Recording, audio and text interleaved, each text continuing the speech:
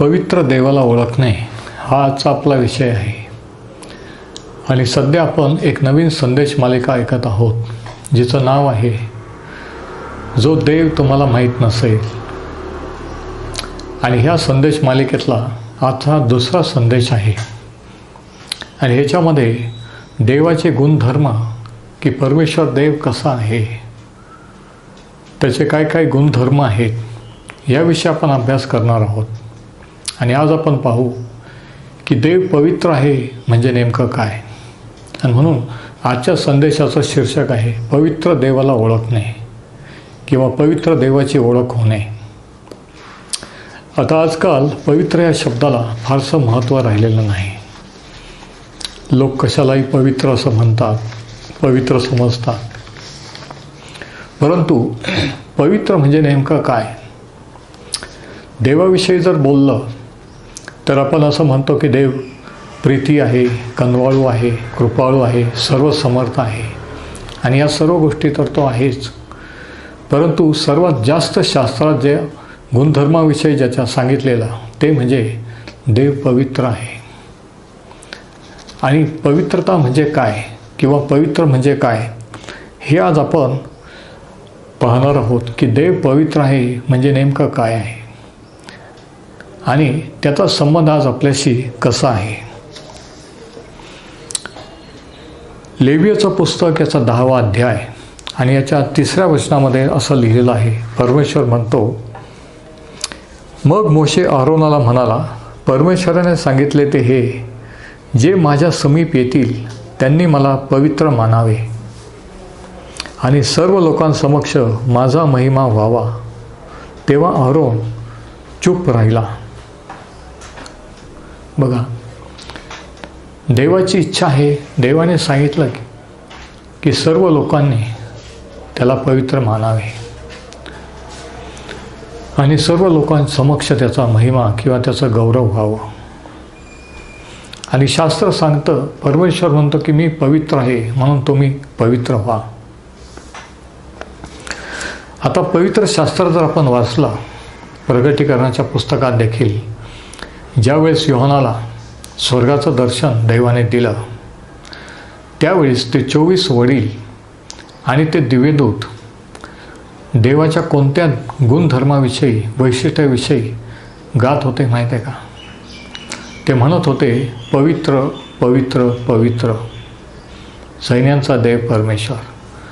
ते असं म्हणत नव्हते की समर्थ समर्थ समर्थ देव परमेश्वर किंवा प्रीती प्रीती प्रीती देव परमेश्वर.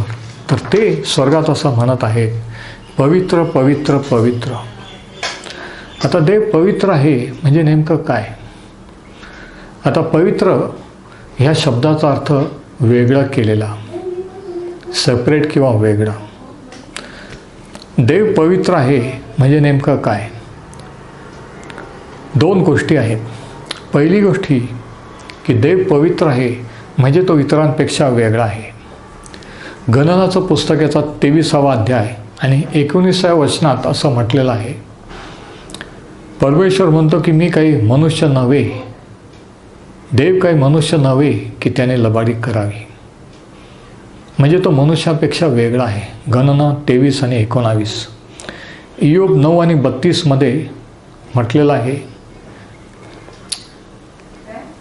की देव काही मनुष्य नव्हे, म्हणजे तो आपल्यासारखा नाही, आपल्यापेक्षा वेगळा आहे, आपल्याहून वेगळा आहे. होशे 11 आणि 9 मध्ये परमेश्वर म्हणतो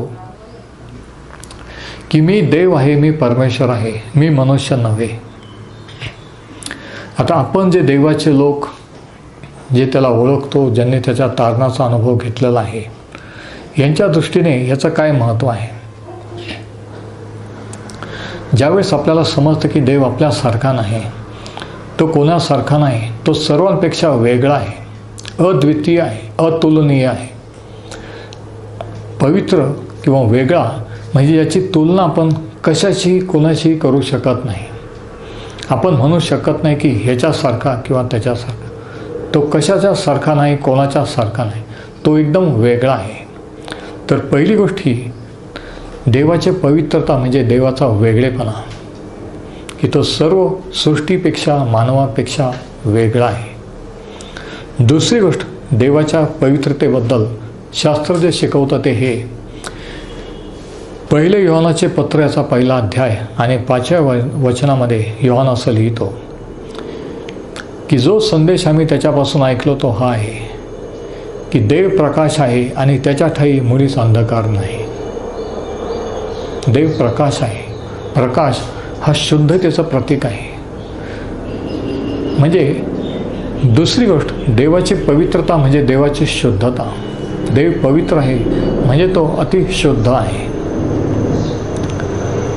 आता ह्या गोष्टी जरी आपल्या बुद्धीच्या पलीकडे असल्या तरी देवाच्या वचनात जे त्याच्याविषयी सांगितलेलं आहे त्यावर आपण विश्वास ठेवू शकतो. आणि म्हणून पहिली गोष्ट ही की पवित्रता म्हणजे काय?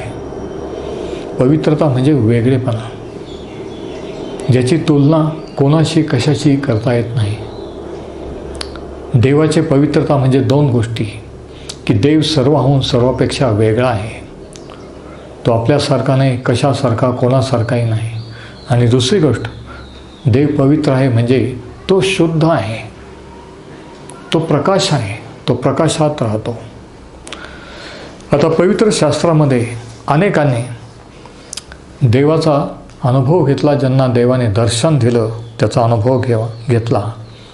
ज्यावेळेस त्यांची आणि देवाची भेट झाली त्यावेळेस त्यांच्या वेगवेगळ्या प्रतिक्रिया आपण वाचतो. पहिली गोष्ट ही की ते घाबरले, भयभीत झाले. अर्थातच जे कधी पाहिलं नाही, अनुभवलं नाही, ते पाहिल्यानंतर कोणी घाबरणारच.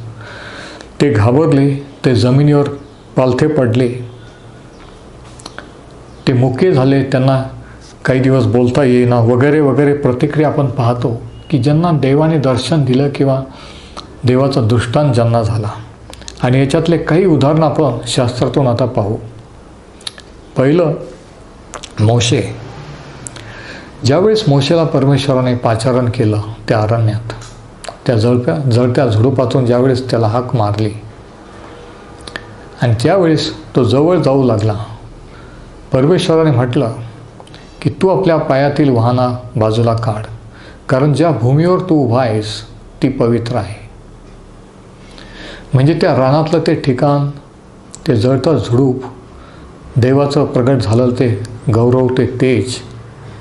आणि मोशे ज्यावेळेस अधिक जवळ जाऊ लागला, ती भूमी, ते तेज त्या भूमीवर असल्यामुळे देवाने त्याला सांगितलं की तू आपल्या पायातील पायथन किंवा चप्पल काढ, कारण जिथं तू उभा आहे ती पवित्र भूमी आहे. म्हणजे याच्यावरून आपल्याला समजतं की देवाजवळ ज्यावेळेस आपण जातो ज्यावेळेस मोशे देवाजवळ जाऊ लागला, देवाने त्याला काही गोष्टी बाजूला काढायला सांगितल्या आणि मगच तो देवाजवळ त्याला प्रवेश मिळणार होता. त्यानंतरच तो देवाचा आदर करणार होता. पण म्हणून मोशेची ज्यावेळेस त्या पवित्र देवाशी भेट झाली त्यावेळेस अशा रीतीने देवाने त्याला आज्ञा केलेली आहे. कालांतराने आपण निर्गम 33 जर वाचलं मोशेचा अनुभव, की एक दिवशी मोशेने परमेश्वराला विचारलं, त्याने हट्ट धरला की मला तुझं मुख दाखव, मला तुला पाहायचं आहे. आणि त्यावेळेस परमेश्वराने त्याला काय उत्तर दिलं? निर्गमचं पुस्तक याचा 33वा अध्याय आणि याचं 18वं वचन बघा. 17व्या वचनापासून आपण वाचू. परमेश्वर मोशेला म्हणाला, तुझ्या म्हणण्याप्रमाणे हेही मी करीन, कारण माझी कृपादृष्टी तुझ्यावर झाली आहे आणि तुझे नाव मला परिचित आहे. तो म्हणाला, कृपा करून मला तुझे तेज दाखव. मोशे परमेश्वराला म्हणाला, मला तुझं तेज, तुझं गौरव पाहायचं आहे, मला तुला पाहायचं आहे. आणि परमेश्वर काय म्हटलं बघा, वचन 19. तो म्हणाला, माझे सर्व सौंदर्य तुझ्यापुढे चालवीन, तुझ्या सन्मुख परमेश्वराच्या नामाची घोषणा करीन, ज्यावर कृपा करायची वाटते त्यावर मी कृपा करीन. आणि मग 20व्या वचनात तो म्हणतो की तू माझे मुख पाहू शकणार नाहीस, कारण माझे मुख पाहून कोणी मनुष्य जिवंत राहायचा नाही. आणि मग पुढं जर आपण वाचलं तर देवाने त्याचा तेज, त्याचा गौरव मोशेला प्रकट केला. आणि ज्यावेळेस ते तेज मोशेला प्रकट केलं, त्याच्यातलं गौरव, त्याच्यातलं तेज काही मोशेच्या चेहऱ्यावर आला. आणि जेव्हा तो छावणीत इस्रायल लोकांकडे गेला, ते लोक त्याच्याकडे पाहत राहिले आणि त्यांना मोशेकडे पाहता येईना, कारण त्याचं तेज, त्याच्या मुखावर इतकं तेज होतं, गौरव होतं. त्याला आपलं तोंड झाकावं लागलं. ज्यावेळेस पवित्र स्थानातून परमेश्वर मोशेशी बोलत होता, त्यावेळेस त्याचं तेज मोशेवर येत होतं. आणि ते तेज देवाची पवित्रता किंवा देवाचं गौरव होतं. दुसरं उदाहरण की ज्यांची देवाची भेट झाली, ते दुसरं उदाहरण, दुसरा व्यक्ती आहे इयोब. इयोबाचं पुस्तक, याचा 38वा अध्याय. आणि ह्याच्यात जर आपण वाचलं तर परमेश्वर इयोबाला काही प्रश्न विचारत आहे. ज्यावेळेस इयोबाने इच्छा प्रदर्शित केली की देवाने त्याच्याशी बोलावं, त्याच्या प्रश्नांचे उत्तरं द्यावे, की तो ह्या सर्व प्रॉब्लेममध्ये, समस्यांमध्ये का आहे, हे संकट त्याच्या जीवनावर का आलेले आहेत, त्यावेळेस देवाने त्याला काय म्हटलं बघा. इयोब 38 आणि पहिल्या वचनापासून आपण वाचू. तेव्हा परमेश्वराने वावटळीतून इयोबास उत्तर दिले. तो म्हणाला, अज्ञानाचे शब्द बोलून दिव्य संकेतावर अंधकार पाडणारा हा कोण? आता मर्दाप्रमाणे आपली कमर बांध, मी तुला जे विचारतो ते मला सांग. इयोब खरं तर परमेश्वराला विचारत आहे. प्रश्न इयोबाचे आहेत, पण देव त्याला उत्तर देण्याच्या ऐवजी देव त्याच्याशी बोलतो आणि तो त्याला प्रश्न विचारत आहे. आणि तो काय म्हणतो बघा, वचन 4. मी पृथ्वीचा पाया घातला तेव्हा तू कोठे होतास? तुला समजण्याची अक्कल असेल तर सांग. तिचे मोजमाप कोणी ठरवले बरे? तिला मापनसूत्रे कोणी लाविले हे तुला ठाऊक आहे काय? तिच्या स्तंभांचा पाया कशावर घातला? तिची कोनशिला कोणी बसविली?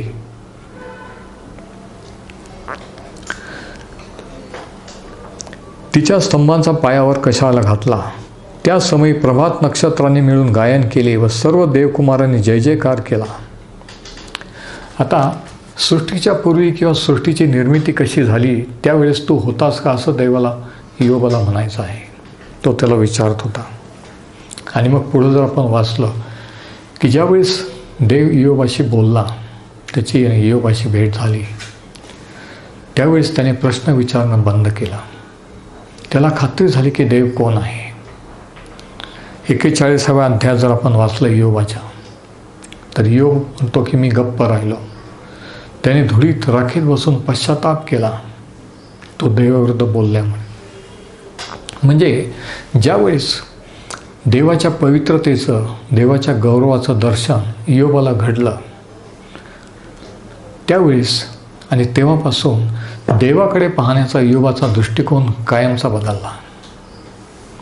इयोबाचं जीवन, त्याची विचारसरणी कायमची बदलली.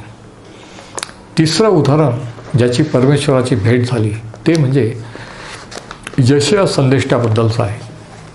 जुन्या करारात जर आपण वाचलं, यशाया संदेष्टाला ज्यावेळेस परमेश्वराविषयीचा दृष्टांत झाला त्यावेळेस त्याचा अनुभव बघा.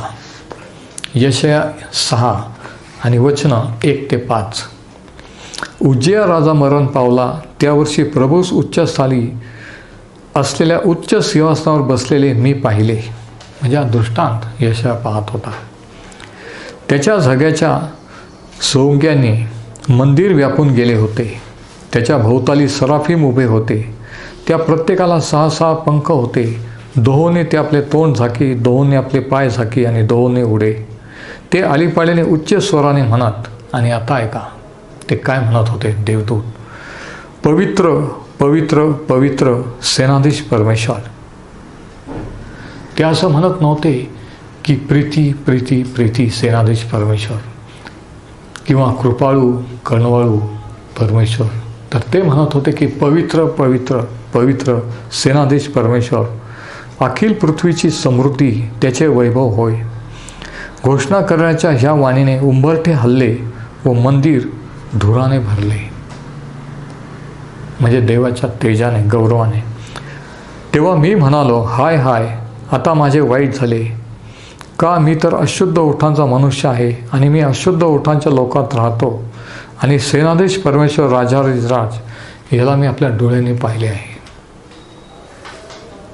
यशाने ज्यावेळेस हा दृष्टांत पाहिला स्वर्गाचा, ज्यावेळेस देवाचं सिंहासन त्याच्यावर बसलेला पाहिला, त्यावेळेस त्याला स्वतःची जाणीव झाली की आपण किती लाचार, किती पापी आहोत आणि देव किती गौरवी किती पवित्र आहे. म्हणजे तो कसा आहे, यशा स्वतः कसा आहे माणूस या रीतीने, ह्याची यशाला जाणीव झाली ज्यावेळेस त्याला देवाचा दृष्टांत झाला. आणखी एक उदाहरण आपण पाहू नव्या करारामध्ये पाऊलाचं.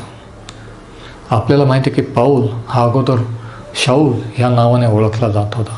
त्याचं नाव शाऊल होतं. तो अतिशय विद्वान, यहुद्यांचा यहुदी, परुषांचा परुषी होता, नियमशास्त्रात पारंगत होता आणि तो एक रोमन अधिकारी देखील होता. परंतु त्याला त्याच्या धर्माचा अभिमान असल्यामुळे तो येशू ख्रिस्ताच्या शिष्यांचा छळ करीत होता, वध करीत होता आणि अनेकांचा त्यांनी वध केलेला होता. मंडळांमध्ये, ख्रिस्ती मंडळांमध्ये त्याची दहशत होती. त्याला दहशतवादी म्हणून ओळखत होते. आणि तो एक दिवशी त्याच्याबरोबरचे काही शिपाई घेऊन दमास्कसला तिथली मंडळीचा, तिथल्या येशू ख्रिस्ताच्या शिष्यांचा छळ करायला निघालेला असताना देवाने, प्रभू येशूने त्याला दर्शन दिलं. आणि ते आपण प्रेषितांची कृत्ये याच्या 9व्या अध्यायात म्हटलेलं आहे. ज्यावेळेस शाऊलाची आणि प्रभू येशूची भेट झाली, प्रेषितांची कृत्ये याचा 9वा अध्याय आणि 1ल्या वचनापासून आपण वाचू. हा वेळपर्यंत शाऊल प्रभूच्या शिष्यांना धमकावण्या दाखवणे व त्यांचा घात करणे याविषयी फार आवेशी होता. त्याने प्रमुख याजकाकडे जाऊन त्यांच्यापासून दिमिश्कातल्या धर्मसभास अशी पत्रे मागितली की त्या मार्गाचे अनुसारी, त्या मार्गाचे म्हणजे प्रभू येशूच्या मार्गाचे, म्हणजे येशू ख्रिस्ताचे शिष्य यांना बांधून यरूशलेमेस आणावे. मग जाता जाता असे झाले की तो दिमिश्काजवळ पोहोचला, त्यावेळी अकस्मात त्याच्या सभोवती आकाशातून प्रकाश चमकला. तेव्हा तो भूमीवर पडला. तो घोड्यावर बसलेला होता, खाली भूमीवर आपोआप पडला आणि त्याने अशी वाणी आपणाबरोबर बोलताना ऐकली, शाऊला शाऊला, माझा छळ का करतोस.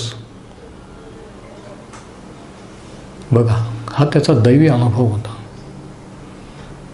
प्रभू येशू ख्रिस्ताने त्याला दर्शन दिलं स्वर्गातून. त्याच्या भोवती प्रकाश चमकला, त्याने वाणी ऐकली, त्याने 2दा त्याचं नाव घेतलं आणि तो म्हणाला, प्रभू तू कोण आहेस. त्याने म्हटलं, ज्या येशूचा तू छळ करतोस तोच मी आहे. प्रभू येशूने काय उत्तर दिलं बघा, मी जगाचा निर्माण करता, मी तुझा तारणार आहे असं त्याने म्हटलं नाही. त्याने म्हटलं की ज्या येशूचा तू छळ करतोस तोच तो मी आहे. जरा विचार करा. आणि मग काय झालं बघा, तर उठ नगरात जा, म्हणजे जे करायचे ते मी तुला सांगेन. आणि आपल्याला माहिती आहे की 3 दिवस त्याच्यानंतर तो आंधळा होता. म्हणजे ज्यावेळेस पाऊलाला प्रभू येशू ख्रिस्ताचं दर्शन झालं, त्याच्यानंतर त्याचं जीवन कायमचं बदललं. ज्यावेळेस त्याने प्रभू येशू ख्रिस्ताचा गौरव पाहिलं, त्याचं तेज पाहिलं, तो किती पवित्र आहे, किती वेगळा आहे, कसा आहे याची झलक पाहिली, त्याच्यानंतर तो कायमचा बदलला. तो शाऊलाचा पाऊल झाला. जो विरोधक, दहशतवादी होता, तोच कालांतराने येशू ख्रिस्ताची सुवार्ता गाजवणारा त्याचा एक प्रेषित झाला. आणि त्याने अर्ध्याच्या वर नवा करार लिहिलेला आहे.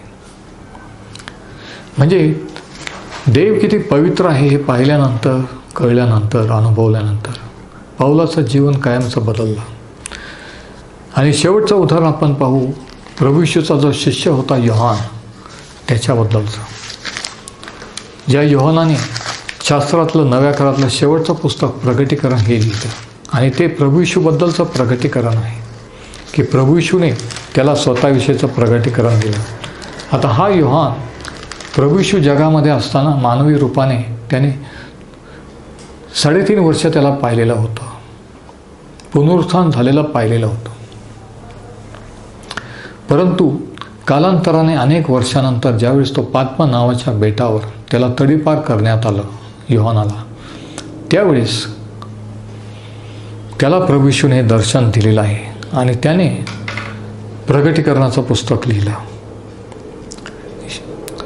प्रगटीकरणाचं पुस्तकाचा 1 अध्याय आणि याच्या 9व्या वचनापासून आपण वाचू.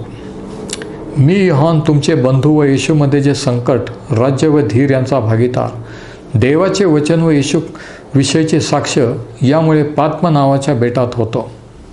प्रभूच्या दिवशी आत्म्याने संचरित झालो, तेव्हा मी आपल्या मागे करण्याच्या वाणीसारखी मोठी वाणी ऐकली. आणि मग 13 वचनात तो म्हणतो की त्या समयांच्या मध्यभागी मनुष्याच्या पुत्रासारखा पायघोळ वस्त्र परिधान केलेला आणि उरावर सोन्याचा पट्टा बांधलेला असा कोणी एक पुरुष माझ्या दृष्टीस पडला. तो म्हणतो मनुष्याच्या पुत्रासारखा, प्रभू येशू सारखा. का बरं? योहानाने प्रभू येशूला पाहिलं नव्हतं का? तो त्याला ओळखू शकत नव्हता का? हो, परंतु तरीही ज्यावेळेस त्याने त्याचं तेज, त्याचं गौरवी रूप पाहिलं, स्वर्गीय रूप पाहिलं, त्यावेळेस तो म्हणतो की मनुष्याच्या पुत्रासारखा कोणीतरी एक पुरुष माझ्या दृष्टीस पडला. याच्यावरून आपल्याला काय समजतं की जो प्रभू येशू शरीरामध्ये ज्या योहानाने पाहिला होता, आत्म्यामध्ये स्वर्गात त्याचं रूप पाहून योहान देखील त्याला लवकर ओळखू शकला नाही. तो इतका वेगळा होता, इतका पवित्र होता आणि आहे की योहान म्हणतो की मनुष्याच्या पुत्रासारखा कोण एकास मी पाहिले. आणि पुढं तो त्याचं वर्णन करतो.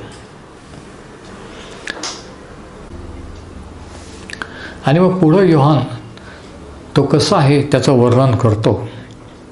आणि मग 17व्या वचनात तो काय म्हणतो बघा. मी त्याला पाहिले तेव्हा मी मेल्यासारखा त्याच्या पायाशी पडलो. योहान ज्यावेळेस त्याने हे दर्शन पाहिलं, हा दृष्टांत पाहिलं, तो म्हणतो मी मेल्यासारखा पडलो, मला शुद्धी राहिली नाही. ही त्याची प्रतिक्रिया होती. मग त्याने आपला उजवा हात माझ्यावर ठेवून मला म्हटले, भिवू नको, जो पहिला व शेवटला आणि सदाजीवी तो मी आहे. तर ज्यावेळेस योहानाने देवाला पाहिलं, प्रभू येशूला पाहिलं, त्यावेळेस काय झालं? पहिली गोष्ट ही की तो त्याला ओळखूच शकत नव्हता की तो तोच आहे, तोच येशू आहे. तो इतका पवित्र, इतका वेगळा, इतका गौरवी होता. आणि दुसरी गोष्ट ही की तो त्याच्यासमोर सरळ उभा राहू शकला नाही, तो आपोआप जमिनीवर पालथा पडला. तर अशा वेगवेगळ्या प्रतिक्रिया ज्यावेळेस लोकांनी, मनुष्यांनी देवाचं दर्शन घेतलं किंवा देवाचं दर्शन त्यांना घडलं, देवाच्या पवित्रतेला, त्याच्या गौरवाला, तेजाला पाहून अशा प्रकारच्या त्यांच्या प्रतिक्रिया होत्या. आता ह्याच्यावरून आपल्याला काय घेण्यासारखं आहे? ह्याच्यावरून आपण काय समजू शकतो की देव पवित्र आहे, म्हणजे तो वेगळा आहे, तो कोणासारखाही नाही, कशासारखाही नाही. म्हणजे याचा अर्थ आपल्याबद्दल काय? 5 गोष्टी ह्याच्याबद्दल शास्त्रातून आपण समजू शकतो की देव पवित्र आहे हे कळल्यानंतर 5 रीतीने आपण बदलले जातो किंवा जाऊ शकतो. देवाचं ज्ञान आपल्याला कळल्यानंतर की देव किती पवित्र आहे, किती वेगळा आहे, तो किती अद्भुत आहे. पहिली गोष्ट ही की देवाची पवित्रता आपल्याला आपण कसे आहोत हे दाखवते की देवापुढे आपण मानव आहोत. देव परम पवित्र आहे आणि आपण पापी आहोत याची आपल्याला जाणीव होते. आपण त्याच्यापुढे उभे राहू शकत नाही. पापाच्या क्षमेची आपल्याला गरज आहे, देवाच्या दयेची, कृपेची गरज आहे याची आपल्याला जाणीव होते. दुसरी गोष्ट, ज्यावेळेस देव पवित्र आहे हे आपल्याला समजतं, कळतं, त्यावेळेस आपल्याला प्रभू येशू ख्रिस्ताचा वधस्तंभ, तो वधस्तंभावर का मरण पावला हे आपल्याला अधिक चांगल्या रीतीने कळतं. कारण वधस्तंभ ही देवाने नेमलेली योजना होती. पापाबद्दल पापाची शिक्षा त्याच्या पुत्राला देण्याची, की परमपवित्र देवाच्या दृष्टीने, देव जो पवित्र आहे त्याच्या दृष्टीने पाप हे किती भयंकर गोष्ट आहे, की त्याची शिक्षा मरणदंड आहे. आणि म्हणून प्रभू येशूला त्या वधस्तंभावर मरण पत्करावं लागलं तुमच्या आणि माझ्यासाठी. देवाची शिक्षा आपल्याऐवजी भोगावी लागली. तो वधस्तंभावर का मरण पावला हे आपल्याला समजतं. कशावरून? देवाच्या पवित्रतेवरून, की तो पवित्र आहे. तिसरी गोष्ट आपल्याला देवाच्या पवित्रतेवरून जी समजते ती ही, की देव पवित्र आहे हे आपण वाचल्यानंतर, आपल्याला कळल्यानंतर आपण आपोआप त्याची भक्ती करू लागतो. त्याची भक्ती, त्याची उपासना करण्याची आपल्याला इच्छा होते. त्याचा गौरव करण्याची, त्याची प्रार्थना, त्याचा धावा करण्याची, गीत गाऊन त्याचे स्तुतिस्तवन करण्याची आपल्याला इच्छा होऊ लागते. म्हणजे तिसरी गोष्ट, देवाची पवित्रता कळल्यानंतर आपण आपोआप त्याची भक्ती करू लागतो. चौथी गोष्ट, देवाची पवित्रता कळल्यानंतर ज्या गोष्टी आपल्या जीवनात चुकीच्या आहेत, देवाच्या दृष्टीने अशुद्ध आहेत, अपवित्र आहेत, पापाच्या आहेत, त्यांच्यापासून आपण आपोआप वेगळे राहू लागतो. देवाच्या पवित्रतेचं दर्शन झाल्यानंतर, देव पवित्र आहे समजल्यानंतर आपण आपोआप चुकीच्या सवयीपासून, चुकीच्या लोकांपासून, चुकीच्या गोष्टींपासून वेगळं होऊ लागतो. आपल्याला वेगळं होण्याची, पवित्र होण्याची इच्छा निर्माण होते. आणि पाचवा आणि शेवटचा धडा, पाचवी गोष्ट जी आपल्याला देवाच्या पवित्रतेवरून समजते ती ही, की तो एक दिवशी ह्या भूतलावर, ह्या जगात परत येणार आहे. आणि म्हणून आपण स्वतःला पवित्र राखलं पाहिजे. ती अपेक्षा आपल्याला आहे, ती आशा आहे. पहिले योहानाच्या पत्राचा 3रा अध्याय आणि याच्या 2ऱ्या वचनापासून जर आपण वाचलो तर योहान असं लिहितो, प्रियजन हो, आपण आत्ता देवाची मुले आहोत. आत्ता आणि पुढे आपण काय होऊ हे अजून प्रगट झाले नाही. तरी आपल्याला हे माहीत आहे की तो प्रगट झाल्यास आपण त्याच्यासारखे होऊ, कारण जसा तो आहे तसाच तो आपल्याला दिसेल. आणि मग 3ऱ्या वचनात तो काय म्हणतो बघा, ही आपल्याला आशा आहे की तो एक दिवशी येणार आहे आपल्याला परत घेऊन जाण्यासाठी. प्रभू येशू ख्रिस्ताचं आगमन लवकरच ह्या पृथ्वीवर, ह्या जगात होणार आहे. ही आशा आहे, ह्याची आपण अपेक्षा करतो, वाट पाहतो. आणि नुसतंच वाट पाहत नाही तर आपण काय करतो? 3ऱ्या वचनात तो म्हणतो, ज्या कोणाला त्याच्या संबंधाने ही आशा आहे, जसा तो शुद्ध आहे तसा आपणाला शुद्ध करतो.